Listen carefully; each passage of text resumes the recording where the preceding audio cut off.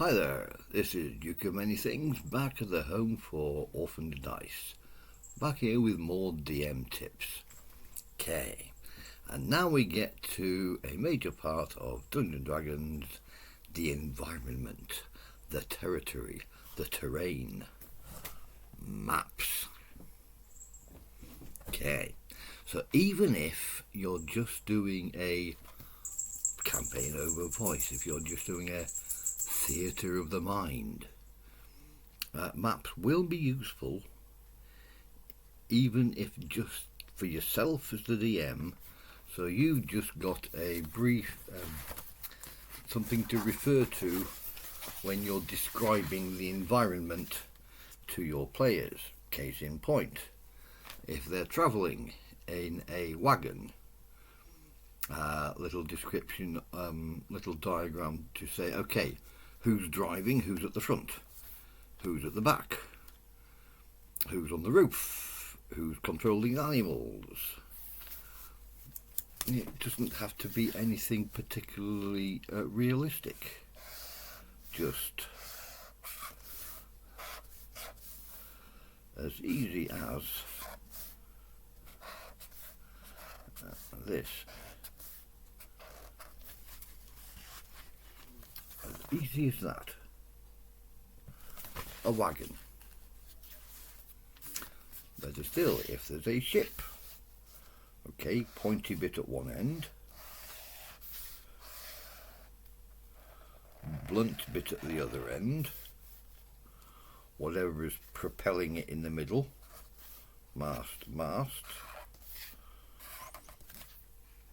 forecastle, poop deck. So, it only needs to look as detailed as that.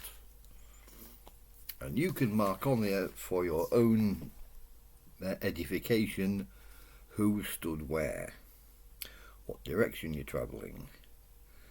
Easier like that. You can even get away with using the same little map for multiple locations. Way back when, there was a original BCMI module called Quagmire, where it gave you in the booklet one map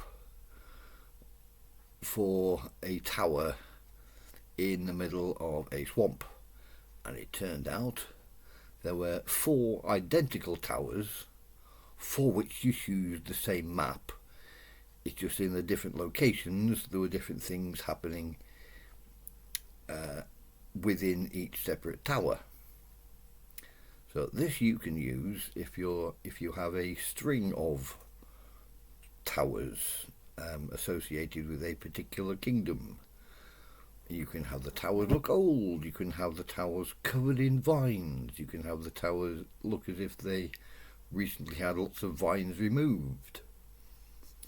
You can even use identical stonework, but the entire tower has sunk into the soft ground underneath it, such that only the top floor is showing. Okay, if you are in person, well, lucky you. Even if you don't have figurines, if you don't have miniatures, this is where you can use dice. And I am never in short supply. Top side of 15,000 at last, 1,500. 1,500 dice I have at last count, and still counting. Okay, so even if I previously mentioned that one of the great resources to have at your disposal is cardboard, which means you can go from this to this, and if you're particularly splendid using a outdoor location, you can go to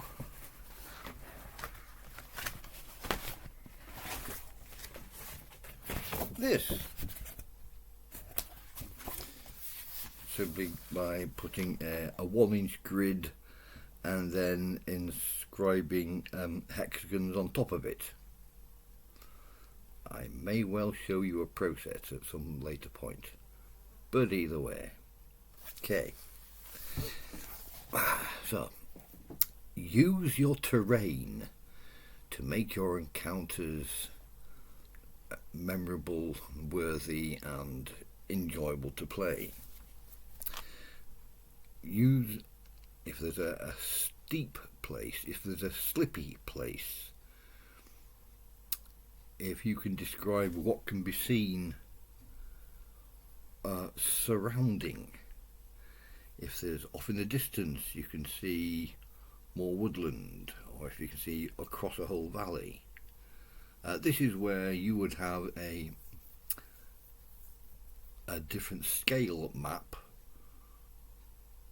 albeit so you've got the whole kingdom on one map, but the particular area therein, you might have a different scale map just to give you what's 100 feet around, as opposed to, well, my particular campaign, I've got a map which shows 300 miles tip to toe, 300 miles side to side, thereabouts.